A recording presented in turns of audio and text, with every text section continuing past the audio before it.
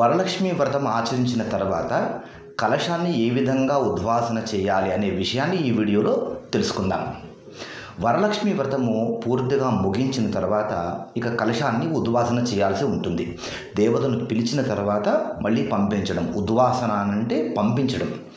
అయితే చాలామందికి లక్ష్మీదేవిని కదిలించడము, ఉద్వాసన చేయడం అనేటువంటిది ఒక భయం.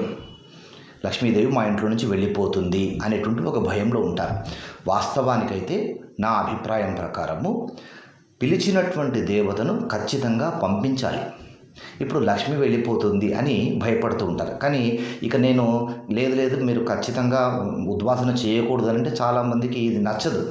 అయితే పూజ్య గురువులు సామవేదం షణ్ముఖ శర్మ గారు కూడా ఓ సందర్భంలో మన సాంప్రదాయంలో లక్ష్మీ ఉద్వాసన లేదు అన్నారు కనుక నేను గురువుగారి మాటకు విలువ ఇచ్చి వారి శిష్యుడిగా, వారిని అనుసరించేటువంటి వ్యక్తిగా నేను కూడా ఉద్వాసన చేయకున్నా పర్వాలేదు అనేటువంటి విషయాన్ని ఇప్పుడు చెప్తున్నాను. అయితే ఏ విధంగా మరి ఉద్వాసన చేయకపోతే ఏ విధంగా చేయాలి అనే విషయాన్ని మాత్రం తెలుసుకుందాం.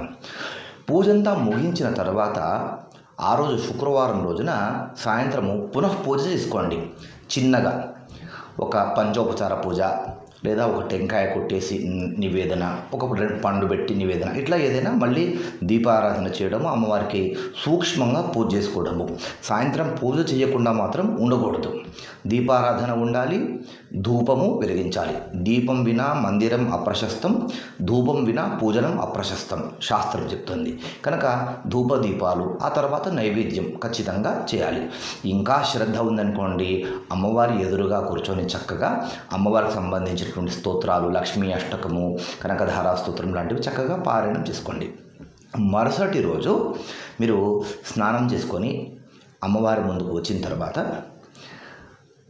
గచ్చ గచ్చ సురశ్రేష్ఠి స్వస్థాన పరమేశ్వరి యత్ర బ్రహ్మాదయో దేవి తత్ర గచ్చ సురేశ్వరి అనేటువంటి ఈ శ్లోకం చెప్పి నమస్కారం పెట్టండి.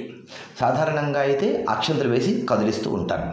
మీరు ఈ శ్లోకం చెప్పి నమస్కారం పెడితే చాలు. ఆ తర్వాత మామూలుగా కలశాన్ని తీసివేయడం మాత్రమే.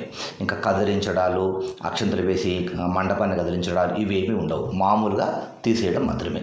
ఈ ఉద్వాసన ఈ విధంగా ఆచరించండి, సరిపోతుంది. వీడియో నచ్చితే మీ మిత్రులందరికీ షేర్ చేయండి. తప్పకుండా లైక్ చేయడం మర్చిపోకండి.